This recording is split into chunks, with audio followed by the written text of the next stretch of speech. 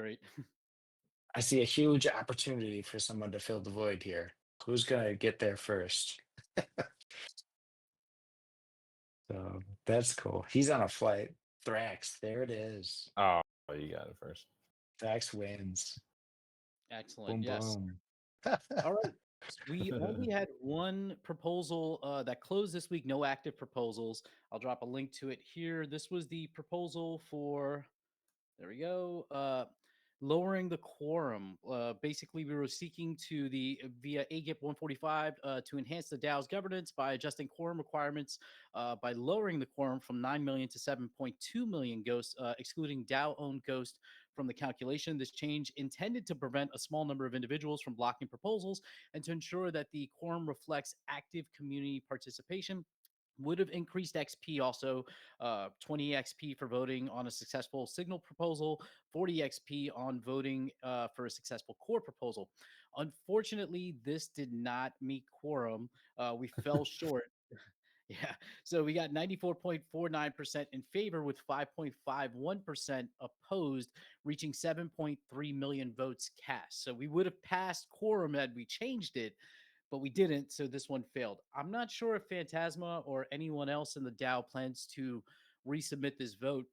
Seems like there is like traction. 94% of voters are in favor of lowering the quorum so that we can make sure that we can handle our business. Uh, we'll have to see who is willing to move this forward. But if we did resubmit this, would we have to resubmit as a SIG prop or can it go again as a core prop? I don't think there's definitely been core props resubmitted in the past. So there's nothing like in our constitution that says you can't resubmit like a if it got rejected. I mean, I think it's bad like process to resubmit it, but if it doesn't reach quorum, I think we've had proposals in the past that were resubmitted. This one was like it was a 20-day proposal. It was very long. It's just there were, I guess, addresses that abstained to prevent it from reaching quorum for whatever reason. But I think we could try to resubmit it. Yeah, I agree. There was some conversations in the DAO discussion channel about the nature of quorum, whether it's like codified to have to be 9 million. Is there like we've had this conversation because I remember Bearded bringing it up and me arguing with him Yeah. that we can't just unilaterally change it. Is that indeed the case? Because it seems like that is the case. It actually is not. It was not voted on. It was kind of in the initial documents, like the initial blog post for the DAO. It was not a number that was voted on explicitly. It was basically just the largest type of proposal was the 20%. And if voting power, the reason that this one required a vote was because we were changing the way that the active voting power was being calculated by excluding the DAO treasury. Right now, the DAO treasury's ghost is included in the ghost that is available to vote on Polygon. So that's why the voting power was kind of being changed. But if the amount of voting power went down on Polygon, I mean, technically, we could be a little bit more precise, and we could have a way of like, I don't think you can do it in Snapshot, at least not their current version. But what would be nice if the quorum automatically calculated it itself on each proposal, like when you make the proposal. But I don't think Snapshot has the ability to do that, at least not their current version. Yeah, that makes sense. Yeah, Thraxadino is a DAO in name only. So that's what Light Piglet's referring to his comment saying, I'm strongly against lowering quorum. I didn't vote on this and I normally vote on everything. Nerfing abstainers is some dino crap. Uh yeah. So yeah, if someone wants, they can go and resubmit this. If they have if they wish to do so. Right now the DAO has not reached quorum, so for now, we stick with the 9 million quorum that we have 9 million votes. There's a few other subjects that we're going to breach here today. I don't know if Ditchy's available to come up now. He had a slew of forum posts related to. Oh, he is available. Not only the creation of the discretionary fund slash annual budget for the Aavegotchi DAO Foundation, as well as some DAO structure topics. There's 5 of them actually. So, Ditchy, do you want to speak about the proposal, the draft that you put up first for the annual budget, or would you like to just go into the DAO structure? I have the links to everything. I just need to know what I should post first. Good call. Well, good morning, everybody. GM, or GN if you're on the other side of the planet right now. Nofu, let's go ahead and get started with the draft proposal for the discretionary fund, since that's the one that's furthest along. Okay, yes, I will drop the. We're going to drop the link to the conversation. Here we go. This is the conversation that we've been having ongoing. There was a lot of updates that happened over the last week. And here is the first part of the draft proposal. The next part is directly under this linked in the establishing a discretionary fund. So yeah, I kicked around the original like draft very simply, and then Ditchy added on a lot of pertinent information. So can you go through kind of what we're seeking here with this proposal, and then if we'll gather some feedback from the audience here, assuming that there's no major changes, then we would probably push this signal proposal to go out in the next day or so, so that we can start moving on, getting our foundation set up for our annual budget. Absolutely. All right, so the rough outline of what we've been discussing here is that the Dow Foundation Company, um, which is the Cayman Islands Foundation, needs to have an annual budget for compliance purposes. This is going to pay for corporate secretary, annual filing fees, covering legal counsel, and also some of the discretionary miscellaneous funding that we don't quite have a budget for yet, but we know we're going to need it. And that's going to be things like onboarding for multi-sig signers and the KYC process anytime we do a vote to change out the members of this executive panel. And so no futuristic and hardcore have been able to pull together all of the known budget items so that we've been able to subdivide it into these are the set annual expenses that we know are going to be coming around. And then here's a separate discretionary budget that covers all of those incidentals that we don't have budgeted yet, but we'll be able to get information over time as each annual review comes up. So that brings me around to a separate conversation that we've been having in the DAO forums about having some kind of rubric or standardization for the way that a proposal gets submitted. And in this proposal draft, you'll see all of the core components that need to be in a proposal. So first off is the request for the funds. Second of all is the line item budgeting for what those funds are going to go towards. Third is what deliverables are the funds requesters going to tie themselves to. And last is a distribution schedule that the DAO can put in place so that funds don't just go out as a full payout in advance for services promised, but instead get tied to those core deliverables. Like any contractor on any project, you wouldn't want to just give them the full asking amount. You would want to have milestones where when they prove that they've completed a deliverable, you release the next disbursement of the funding. So that is the breakdown here. And I'm going to jump back into the comments now and read those as we're discussing, so I can see if there are any questions that come up.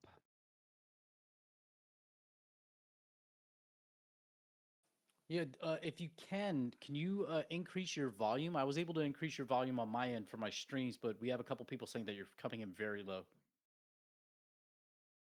I stand by. I'll check my mixer.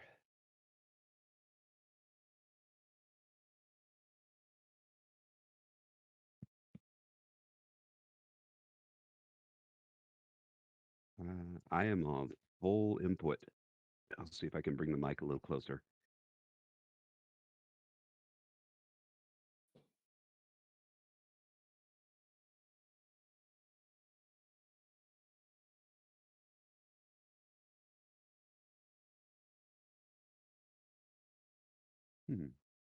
Strange. Maybe it's because I'm on a headset today rather than my desk setup.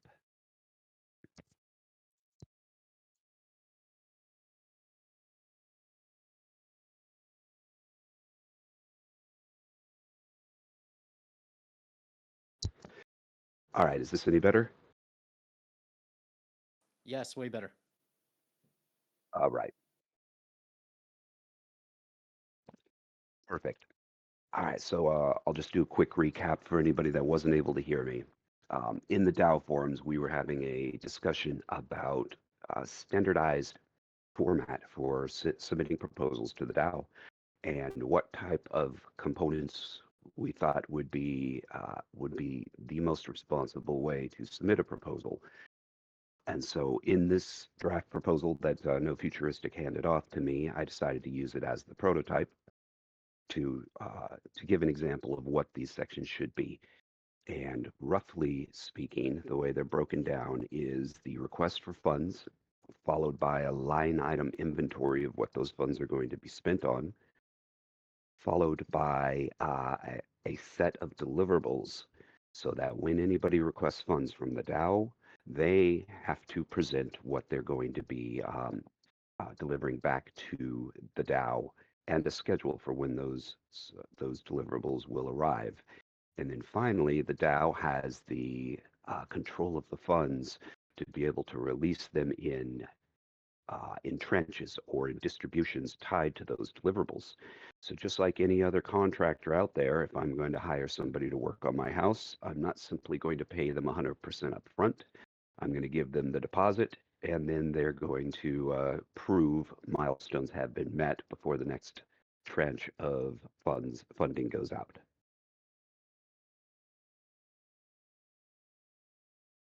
Yeah, understood. I will say there has been pushback to that in the past. I'm thinking of Lagan and Strategotchi because often you're hiring people to work with you, and they can't like working on contingency, like whether they get the next round of funding uh, could be problematic, especially for longer term projects.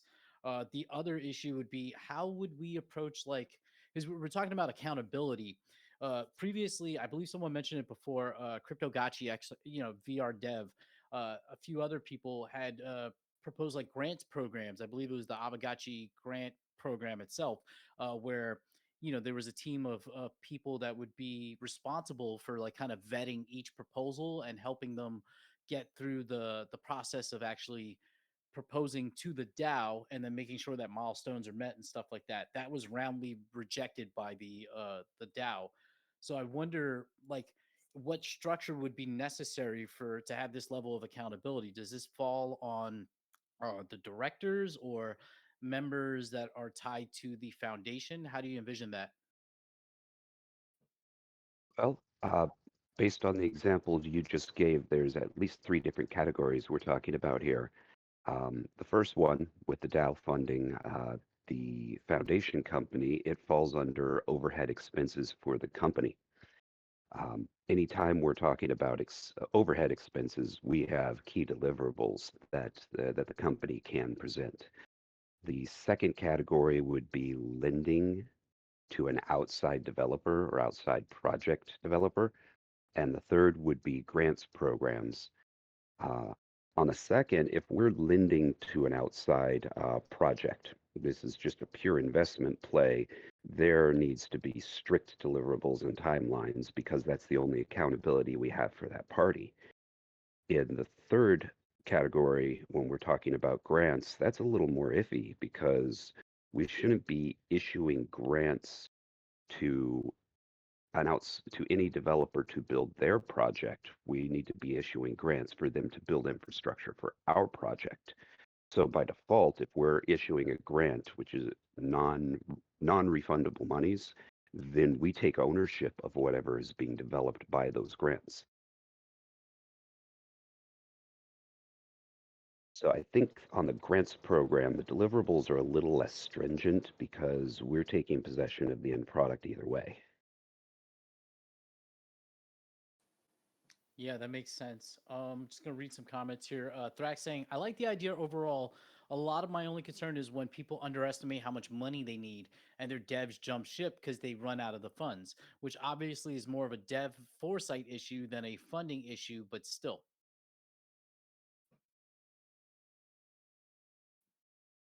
Yeah, I wonder what the like in terms of what the appetite is. I know we don't have a lot of members of the DAO here on this call right now. There's 23 of us, but like should the DAO be approaching either spinning up another grant program where we have oversight or incorporating this into the foundation where this is part of the overhead of the foundation to make sure that uh, things are handled properly, that we get proper KPIs and knowing that people are fulfilling the obligations that they are promising when receiving funds from the DAO. Mm. I would think that can stay well within the DAO Council. It doesn't need to be centralized into the foundation, because the DAO is the one making the all of the vote, or I'll stick with the legal terminology. The DAO Council is the one making all of these proposals and the accountability for them and following up on them. Uh, if you think it would be viable for the foundation directors to include an oversight process for that to report back to the council, that could be beneficial. Um, but otherwise, it would have to be, I guess, we would just have watchdogs, voluntary watchdogs within the community that's keeping tabs on that. Yeah, that makes sense. My issue, I think, is that people are reluctant to want to do that on a voluntary basis.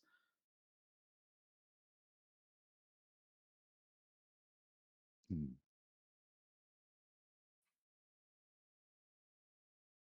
Well, that actually segues nicely into the group organization flowchart that um, Foreign was so kind to put together for all of us. Um, it sounds like this is something that would fall onto a proposal advisory committee rather than the foundation directors.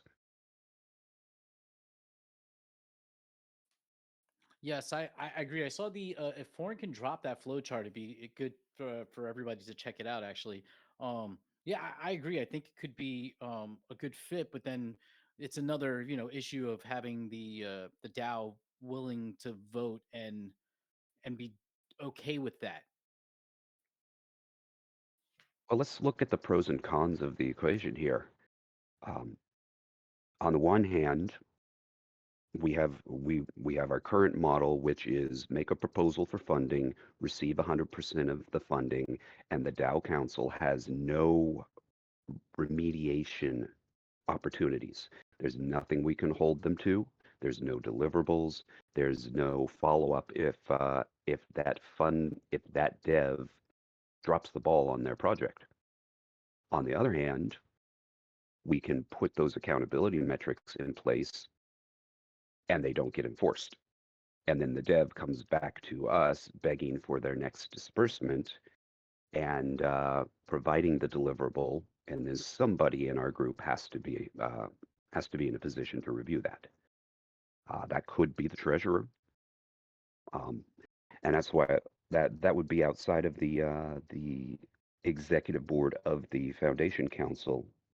If Oh, I'll wait until the flow chart gets posted up so that we can reference it directly. Yeah, I agree with Thrax here. Accountability metrics, or regardless, are needed. It's just about us as a DAO codifying them. We have to go through the process of actually, agreeing and then moving forward. Because even with the flow chart currently, the I'm not certain the approach of how we even we'll have to choose. Like if I'm bringing up the flowchart full screen on my stream so people can see it. We see the Aavegotchi DAO Foundation. We have our lawyer on retainer, a director which is named fully KYC, fully liable, the foundation treasurer, the secretary, our agent and non-member supervisor, which is being fulfilled by Latusha, a secretary executive assistant, which I did tell Foreign I don't think we need because that could be rolled up into the secretary role itself that we have there. And then, our Aavegotchi DAO, which is on chain, the DAO treasurer, which is currently Maxi Crouton, the DAO directors, which are the multi-sig signers, the facilitators, which are the people who are hosting these meetings, and then this DAO advisory council, the proposal advisory council, the future working groups, and then the DAO members. So this, so far, like, we don't have a clear process for choosing who's going to be in the DAO Foundation roles. We have to figure that part out first. I'm not sure if the Constitution has any specific language that says that the directors have discretion for that. We did have discretion. We found out we had the discretion to choose our non-member supervisor. So it is possible that it is, we could have discretion as directors for that. We'll have to see, but we'll have to, still figure out the compensation, doing all that. In terms of DAO advisory councils, those would have to be via votes that we implement these things. And just from the past, there's been several attempts at that, and they just haven't worked out. So Jesse says here, seems to me Nofu and any other directors need only to execute on DAO's behalf and veto any crazy illegal votes. That makes sense. And then don't they just not get more funding in the future? People will downvote any future SIG prop. I believe that is very true. Would be awesome to get a Gotchi Dev trusted directory so we all know with whom we can work in a real honest, transparent, truthful way to avoid any kind of rug scam ghosting, which is from Zbot. And then Jesse saying me for director and someone else for treasurer. That's, we let the DAO decide that, obviously. And then, Thrax responding, assuming people remember, user churn allows it maybe, but much less likely to pass if their name has a big red X next to it saying failed to deliver on XYZ. I totally agree. Like if Mike Callian came back and asked for funding, we're not going to give it to him. I feel very confident we're all going to, know based on his prior delivery or non-delivery rather, that it's a red flag. So we shouldn't fund these people. I think as a, the DAO as a group of people, I think it's fairly easy for us to in those situations. I think the harder thing is to measure and do the work before a prop where we can agree like what is appropriate in terms of like deliverables and how to go about holding people accountable. Like I'm not opposed to the foundation doing that. It's just a matter of making it so that we implement the process so that it's clear from the very beginning, because we want to try to avoid adding too much centralization or too much discretion outside of the roles that contain the liability for the DAO and the foundation itself, if that makes sense. It does, and that's why one of the topics that I introduced into the DAO structure is building the framework around the executive board, the DAO Foundation Council directors, specifically the blue box up top. So there is one discussion specifically around that organization and how much autonomy they should have and how far that autonomy extends to. And in my vision, the directors should have full autonomy over the compliance of the company without having to call for votes of the council anytime something needs to be done, like signing legal documentation, making sure that the annual reports go in, things of that nature. And that's why tying the deliverables to this initial funding proposal is a soft framework for that without having to have an official vote on writing bylaws into it. That can come later out of these discussions. Yeah, I am heavily opposed to centralization on the overall project, but there are certain aspects of every organization that, if designed by committee, are guaranteed to be a failure. And no solid business, whether for profit or not for profit, can move forward consistently if every aspect of their project is being designed by council. And so in the case of compliance for our legal protection company, I'm strongly a proponent of giving the directors the DAO Foundation Director's autonomy in the compliance of the company. Yeah, I think that makes perfect sense. We just have to get the DAO on board with that. Jesse has some points here. Need to figure out compensation before voting for foundation roles. Can someone suggest appropriate compensation and scope numbers, or has that happened already? Directors should hold veto. So last week we did have a conversation. Through my research, it was looking like in the 30K per year range, but Ditchy actually came back with a much higher number, 100K, and it kind of, and like quotes, makes sense because of the level of liability that the people listed in this director and treasurer role would take on, because now they are like essentially the meat shield for the DAO. If anything were to happen, those people would be directly liable for if we did something relatively huge and illegal, if we were getting sued. Now I will say in full transparency, Hardcore is offered to take on one of these positions at a steep discount rate. I think he said 1,500 a month. I'll leave that up to the DAO. I've aired my pushback to why I don't think this is the smartest move. But I'll leave that up to the DAO to kind of decide. I'm not trying to sandbag anybody.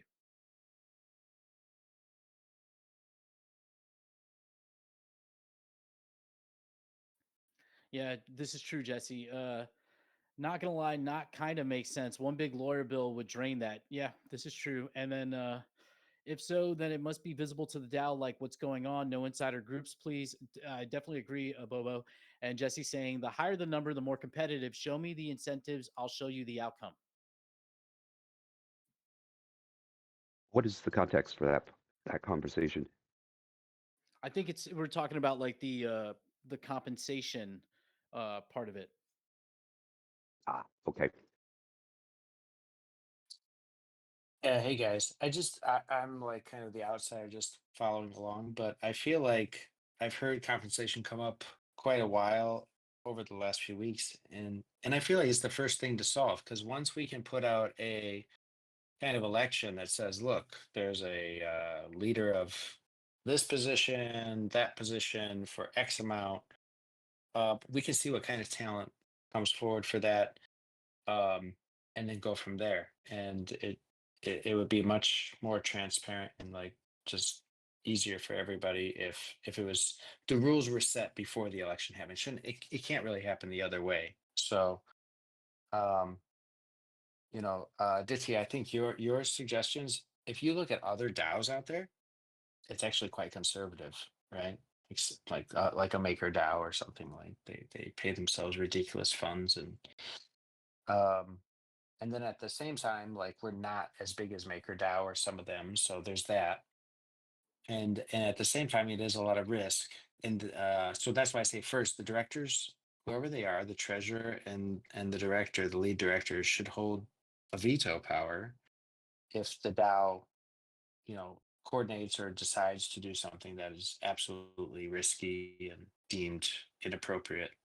But I think in more practical terms, it's just like, how do we make sure that the directors that are KYC'd, fully KYC'd, and fully working on behalf of everybody else, how do we make sure that, like, what's the value of that and what's appropriate? And I do think it's closer to what Ditchy suggests than otherwise. I think it's something, that comes in at 6, 7, 8K a month. Probably. This is just my like tacit take um on where the DAO is, where other similar type of communities are, and the responsibilities. Um, they're not doing a ton of, like, they're not putting in 8 hours a day, but they are taking on a certain amount of responsibility and risk. So the treasurer is doing bookkeeping and keeping busy with that. And while that may not be 8 hours a day, it might be a couple hours a day if you flatten it out over a month. And for a role like No Future, what you're talking about, I think you're not really doing the decision making. You're the DAO is supposed to do that, but at the same time, you might be executing on their behalf. You might be signing off-chain agreements on their account. So if all of that is true, I think it comes in at, like, um probably 6, 7, 8K, somewhere in that realm. But we need to settle that and then put the call for everybody like, hey, here's the value. And it might be somebody inside the DAO. It could be a great talent outside the DAO that's kind of unemotionally attached to it, whatever it may be. We just want somebody to handle that stuff so that the DAO can do what the DAO wants to do. I think we all agree on that part. So yeah. Tell me if I'm wrong, Yes, guys, Jesse. but that's kind of where I'm at in my head, following along week after week. And, I, and Jesse, I'm thinking two of those components are tied together, which is going to be the budget going to the Dow Foundation directors and the framework of their responsibilities and oversight is all one conversation that's tied together. So I implemented a number of those, a little bit of the framework, a number of those responsibilities of the foundation directors. I tied it directly into the budget proposal so that we could have that initial SIG prop to see if is this what we want our foundation directors to be doing.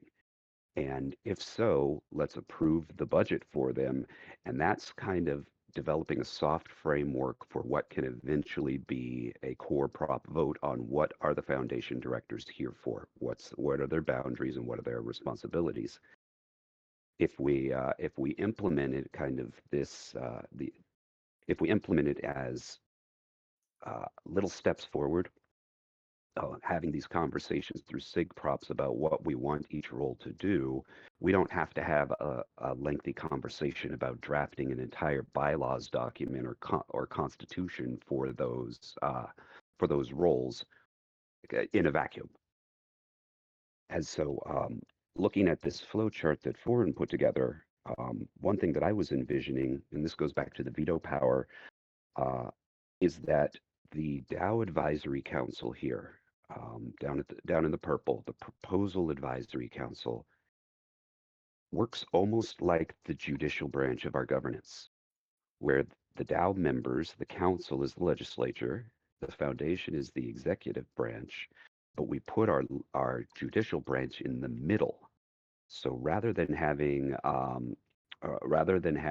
courts hearing whether a past proposal fits within the constitution of our organization, they're sitting in the middle as advisors to any proposal writers saying, here's what the Constitution allows you to do with your proposal.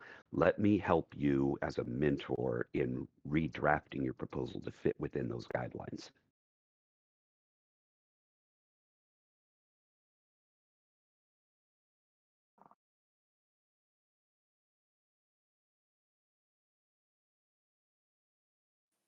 Yeah, Nabobo, I was saying, yeah, right now on the flow chart, it looks like we have, it would be a director, treasurer, or secretary. We don't necessarily, I think, need all three, but I think we need two, from what Lotusha has said.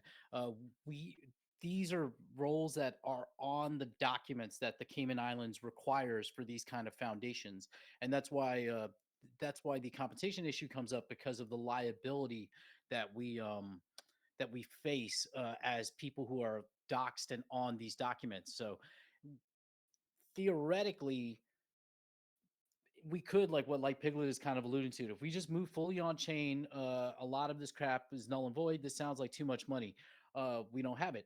If we move fully on chain, we run the risk of, like, as Ditchy has pointed out, that any legal action comes against everybody in the DAO because it's a member owned organization. Is that correct, Ditchy?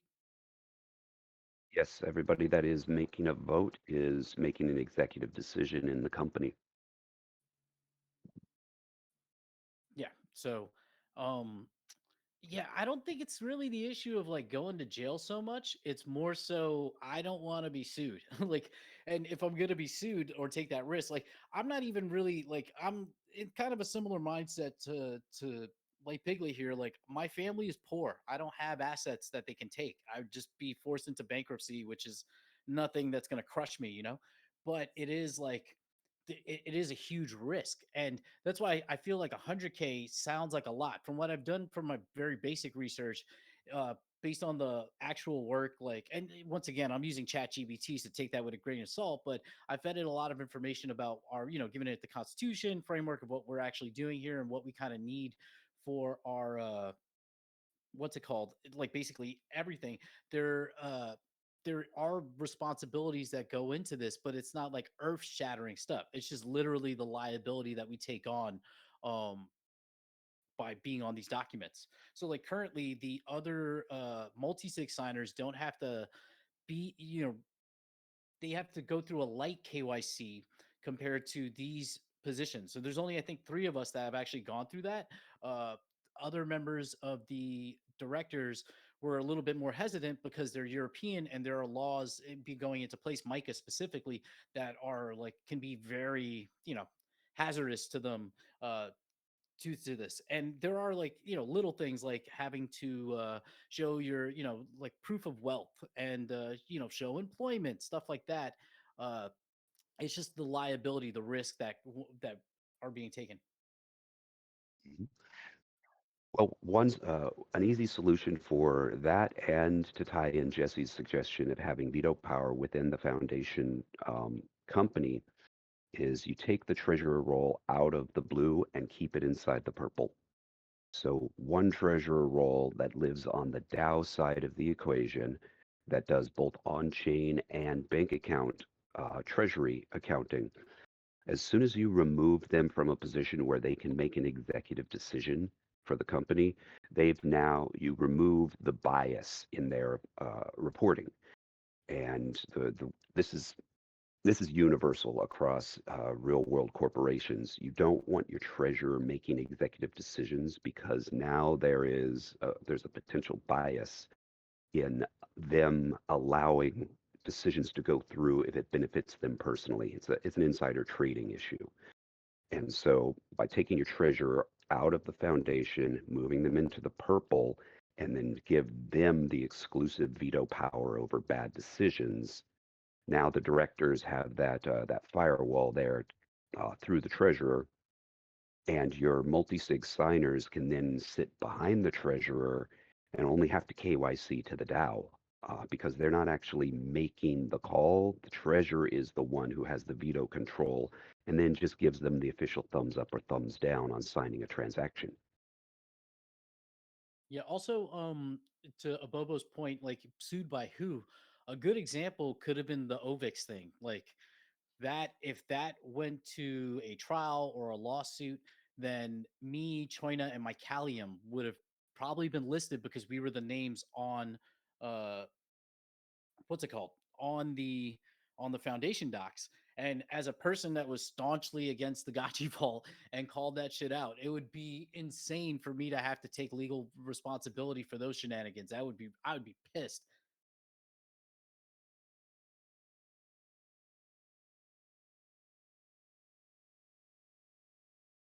Yeah, I agree. Like Piglet, like I'm not going to go to jail over this, but now I have to inherent legal cost for somebody else's shenanigans. Like, that's why I think it's there. There has to be a middle ground somewhere where, it's risk reward. That's what it is. It's not necessarily like, oh, I'm trying to get paid, but I don't like we're doing this right now where I don't know if I'm still listed as the director of the Aavegotchi DAO or like as a founder. We have to get that clarified. We did get some documents back from Lotusha, but it was more like the filing stuff. It didn't actually give us the information that I saw. At least maybe I have to check again, but to make sure that like who's actually listed. I know me, Choina, and I believe Hardcore. I don't know if Thrax actually did the full KYC as well. So there might be 4 of us. But yeah, that's, an ongoing risk that is a huge risk.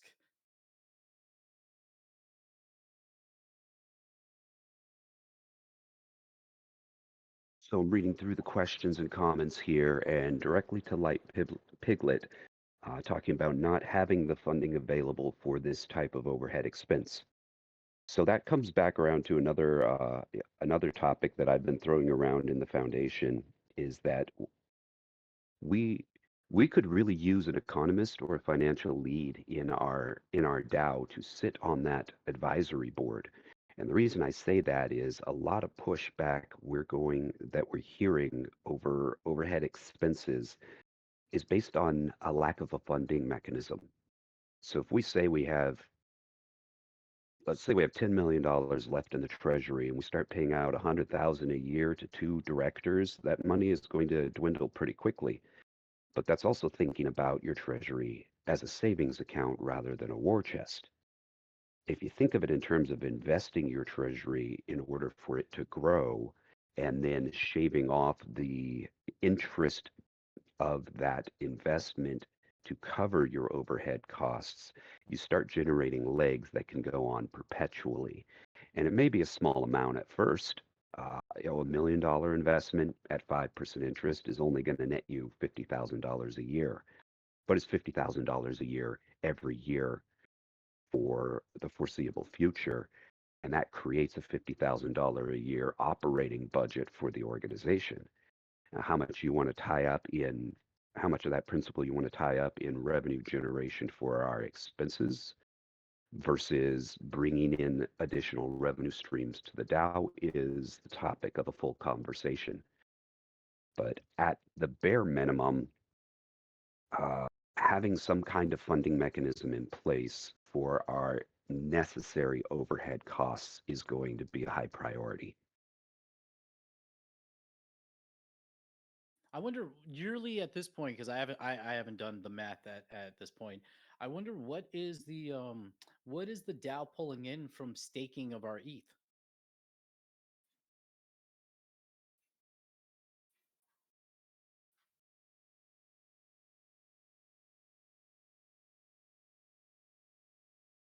Is Maxi Crouton on the call to answer that question? I don't think he is. Yeah, because that's a if I believe we have like $2 million of ETH at this point, and what is that like? We're getting 4% interest on that per year. Yeah, and half of the ETH is staked with recompounding interest, so all the interest rolls right back into the contract.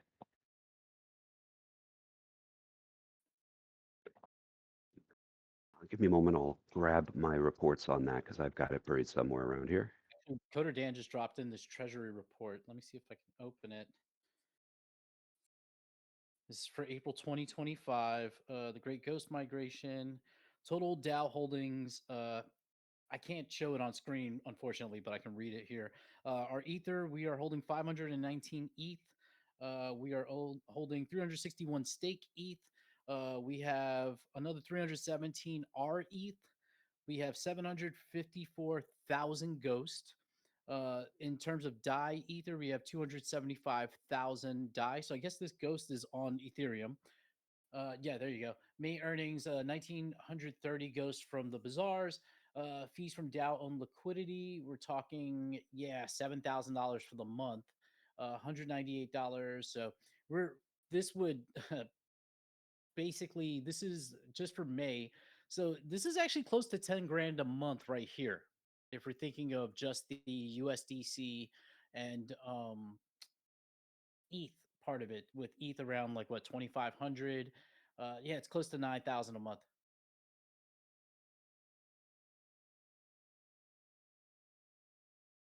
Yeah, so just the staked ETH and the R ETH positions, 361 plus 317, if those are about $2,000 per ETH and 4% return, it's about $54,000 a year. Uh, just by switching those from a compounding contract into an interest-bearing contract that you can shave off of, you got a quarter of your operating budget for the directors right there.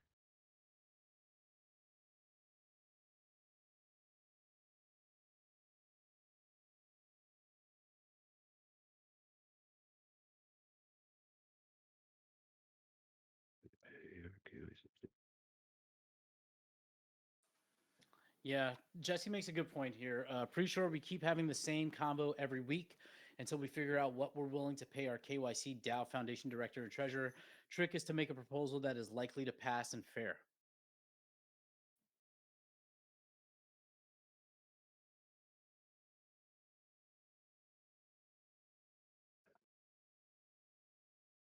reading some comments. Yeah, in a bull run, these issues aren't as big because you know, we have targets for what we think ETH could reach, and if they did reach those targets and we were to sell, we'd have a lot of USDC that we can then earn, passively off of, and it could handle a lot of this overhead that we are discussing.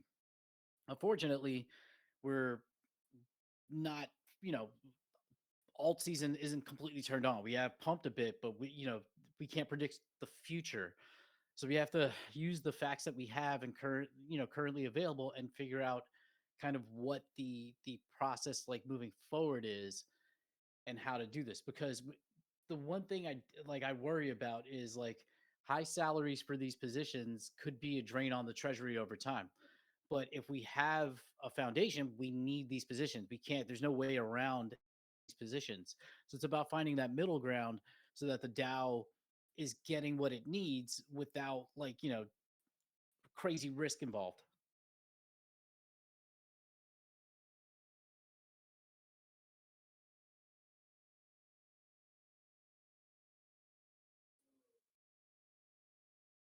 Yeah, Yeah. I So can't disagree with Jesse on that. Until we figure out what the price tag is going to be, we're going to keep going around in circles about responsibilities and roles and whatnot. So since I am a proponent of a high compensation for the liability positions, I pair that with uh, a limited number of positions that are going to be compensated. And I'm a strong proponent of only having two paid positions in those liability slots, the director and the sub-director, or whatever titles we decide to go with. You pull the treasurer out to the DAO side, and you give the secretary role over to the corpsec through Lutetia, which is only $2,000 compensation there. well, let's remember the secretary role is separate from the nominee supervisor. Lotusha made that clear. Okay. Yeah, Yeah. and I did some research because there's a misconception that by using Lotusha as our nominee supervisor that we're shifting liability onto them. We are not. That is not the case. They generally, because they're acting on our behalf, they don't incur. They're not taking on liability for us. Those two roles would still be taking on the liability unless like Lotusha did something unethical or illegal. It doesn't create a shield. It does create a place where it's just like one of the roles, the nominee supervisor. It's just a cheap fix instead of us paying somebody that we trust on our side to take that role, which is fine, I As think. in the supervisory role, we are literally saying to an outsider that doesn't hold ghost, we're going to bring you in house and we're going to give you some oversight over our foundation directors to make sure that they're not making dumb calls. And we have the flexibility to give them voting power within the DAO if we choose to do so, but they're mostly an independent third party out there, just keeping some guide rails on the decision making. But since we have this hybrid situation where the DAO council is actually making the doing the decision making, and then the executive directors are claiming responsibility for those decisions, it's it's one additional firewall to make sure that we can get the feedback, telling us, okay, that's going to be a compliance breaker if you go with that decision, and then the directors can bring it back to the DAO saying we need to modify this decision. Yeah, that makes sense. So I guess because Jesse does have a point, we're just going to keep kicking this can around endlessly. Would so the current draft proposal that you have for the establishing the annual budget, would it make sense to include the compensation into that draft proposal?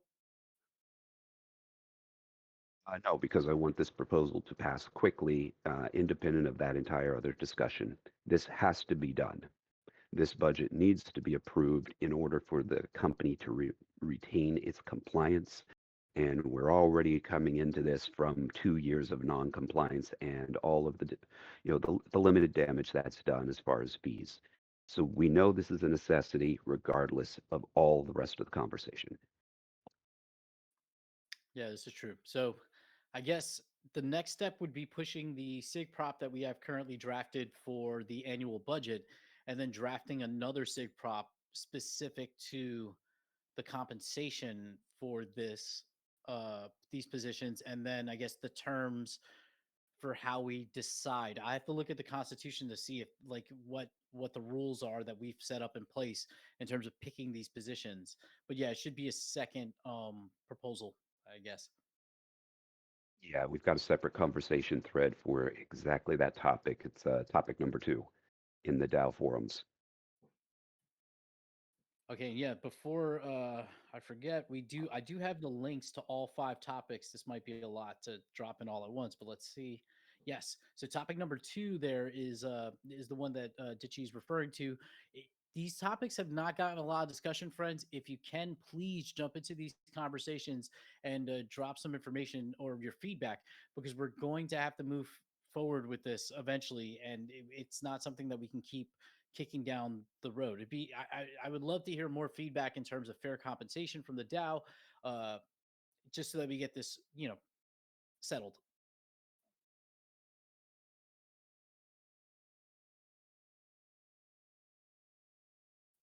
All right, I guess if there's nothing else, Ditchy, I want to thank you for your time. We have a Bobo coming up. I wanted to just briefly discuss the Gotchi Badler proposal. We haven't heard from Immaterial on part 2 and part 3. We are waiting for that, but it was confirmed that there would be an additional funding request. So I don't know if there's any feedback that people would like to give here on this. But Abobo, you popped up. What's up, man? All right.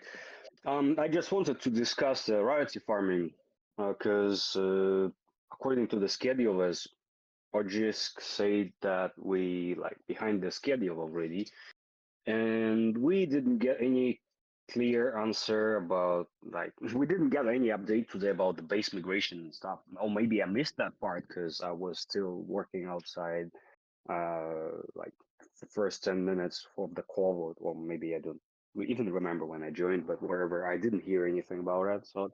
So we have to discuss like what's up. When the relative farming, are we waiting? Are we not waiting? Is there gonna be any opt-in, or all the accounts gonna be transferred to the base and stuff like this? So all the base wallets gonna be rewarded, and like we need to dig in the details and just need to kick this discussion off. Yeah, I agree. It seems like we're in a holding pattern for the migration to base. I don't know how much of a factor is the fact that the last Gotchi Battler season hasn't happened for the previous rarity farming. So I don't know that the two things are intertwined, but they're definitely. It seems like I guess the big issue is that no one has put a proposal forward for the next season. Like, there's no mandate from Pixelcraft that we can't do it. It just seems like I know Gotchi Badler's waiting for for the migration to base, if I'm not mistaken. For us on our end as the DAO, it's as simple as us pushing forward a prop to have the next rarity farming season. I sorry, there's an Right. ongoing Exactly. conversation regarding the finalizing, scheduling the last 3 seasons. So Phantasma was kind of pushing that conversation. I think he himself said that he's kind of paused um that idea for now, but I'm not 100% sure of where things stand at the moment. So okay, maybe Jesse could tell us like estimation how long the whole process is gonna take, or like I just don't want to be like misinformed and then get in the loop of like tomorrow and stuff. So we just need to be a bit solid on what we do, because in one hand, starting royalty farming in the middle of June makes a lot of sense according to like I don't know, my personal market vision says that the Bitcoin gonna go with dominance down, and probably altcoins gonna get that long-awaited altcoin run. But the latest altcoin runs was not that groundbreaking as 2017. So I don't think it's gonna be like a 10x or something on each coin. But if we're not gonna follow these thoughts about the market and timing, then it's gonna make sense to follow the migration and make noise on migration with some, I don't know, marketing campaign and together hand in hand with rarity farming itself. So this is like two things to decide. We need to choose blue or red pill, like, or whatever, green or red pill. Yeah, from what Jesse's saying, they are let's see, where was it? Base migration continues, more Sapola testing, testnet testing in the coming weeks for everyone to try. And then he said, I'm in favor of rarity farming decisions taking place after migration to base. Still expecting base migration to happen before June. We need a call to action when we land on base. That can be Gotchi Point Season 2 and maybe rarity farming. Yeah, it would make sense that like when we get to base, we want to make a big splash, not just in terms of like gotchi points. And I mean, gotchi points ties into gotchi guardian, so that'd be great. And then the gotchi battler and potentially rarity farming. So it we're kind of in a holding phase until we get that actual migration complete. Because to do the rarity farming before that, we'd be, I, in my opinion, and this isn't, I don't think the DAO necessarily agrees with me, which is perfectly fine, but it would be missing a potential marketing event for us. Now, is rarity farming a great marketing tool? I don't really think so. It hasn't really proven to be. It's good for asset holders. I do agree with that. But at least going to a new chain, it does give us like a headline. Hey, we're giving away 1.5 million of our token if you land on these leaderboards. Yeah, I agree with you. And also, I think then if the things like in the line like this, I think it's fine to open the thread because bureaucracy of our DAO needs to make a thread before the SIG prop and stuff. So just let it stay there for a few days, and then we need to submit the signal proposal that will say that we're gonna start rarity farming straight after the base migration or something. It's like to be discussed and to to make it work, to combine with the power of pixelcraft marketing and like DAO noise and tweets and all that stuff. But all the tools need to be used in the right time. There is a saying like you just need to be in the right place at the right time to make the things happen a good way. So I think we need just to make it work in the right timing. That's the whole point I'm trying to make. Yeah, I totally agree. At this point, all that we have left really is for someone to put forward a signal proposal uh, that says basically what you were saying, like, hey, we want this to happen once the migration is in place and after a certain amount of time. And it'll be a little vague because we don't know when the migration will be complete. But yeah, that's the only thing we have left as an option at this point, or just to straight up say, hey, let's do rarity farming ASAP. And then we as a DAO choose to do that. But we'll need a prop for that either way.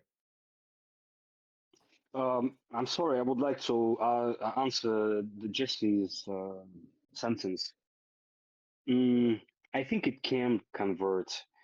The problem is that Aavegotchi still don't have a face. Like we don't have like a hook that actually explains the benefits of owning the gotchi. Because like rarity farming is just a cherry on top of the cake, but we don't have a cake itself. I mean, when I was and I'm still talking about my first steps in Aavegotchi and the things that was on my mind all the time when I just stepped in and I just buy my first gotcha, I buy my first port cell, and when I was engaging with all of those things, and I finally got to the name, and I'm not gonna shut up about this thing. I think we're missing a huge selling point where the name of the gotcha is supposed to make a lot of sense because I don't know, did you guys ever see my collection or not? I have like Louis de Finesse, Allah, I have Czars, I have uh, like whatever. I have fancy names that is like, the dead people. I was playing with my mind, like I'm buying the actual souls, like I'm holding those souls. I have the name on chain, and nobody else can take it away. So we never tried to make names to be valuable. For example, I was like proposing the like name token for each gotchi to be able to rename your gotchi only once. You can sell this coin if you're confident that your gotchi don't even need the name renames in the future and stuff. And also, it's gonna pump the scarcity of the gotchis with the funny names like dot or slash or 1 2 3 4 or A, B, C, D. All those names make no sense. They have no skin in the game. Like some people say that, oh, it's so rare. I have number one. Okay, cool. But maybe I'm wrong. It depends on the way you look at the things. But I was looking at the things that way. So just imagine, like we Aavegotchi have like maybe 25,000 potential fancy names and fancy souls, wherever artists, designers, musicians. The world is big and the art is everywhere and the politics and a lot of people who really did a lot for this planet and and so much time being passed that the loop is so big that we can just it's up to the brain that is gonna play it. So I'm just sorry that we cannot use that to push things forward, to hook people with something else to make them actually like to see, oh, I actually can even earn on with this thing. So the selling point of the Aavegotchi was like, yeah, the first steps of selling it was rarity farming, buy your pet and dress it up and you're gonna get paid. Yeah, it worked for a while. Like first 2 seasons, first 3 seasons, we were converting people through the rarity farming, but then it got into the stagnation, in my opinion. Since we hit all-time high on Bazaar, like I was selling portals for 2.5 to some lucky guys. I think Yannick was one of the buyers. So wherever, it's not a thing. It's not about that. It's not just about the profits. It's like we need to give them thoughts of opportunity, of missed opportunity. We need to bring FOMO. I don't know. But anyway, I just cycled on one subject about the names and stuff. Maybe Yeah, there no, could be more ideas about that around the Aavegotchi and about the utility, the hidden utilities, for example, like a name as I see it. Sorry, continue.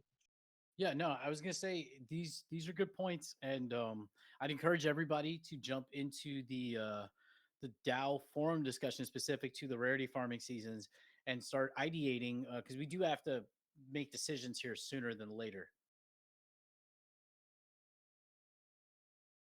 Yeah, we should. We should. Yeah. Um, at this point, we are over the 1 hour mark for the DAO call. Unless there's any other business, I would like to shut this down because I actually have to help my girlfriend with something. Sure. All right, guys. Thank you. It was a brilliant call. Have a good night, good day, whatever time it is. Yeah, thank you everyone for coming out and sharing your feedback. It's always very this is a DAO, so everybody's thoughts are valued. If you haven't already, do please jump into the various forum posts, especially the ones about the DAO structure, because we are going to have to start making moves forward with a lot of this stuff. I want to say GM to everybody. Thank you so much for coming out, and we'll shut it down here. So we cannot continue conversation without that because if you're gonna go, it means that the channel gonna get closed, right? Well, the chat will remain open, but just the voice channel will. I mean, I could Yeah, also yeah, that's leave what I the mean. voice channel open, but then someone's gonna have to come and close it later. Because guys like kind of still having a discussion here about like invest the funds that Dichi proposes, but it's the huge risk.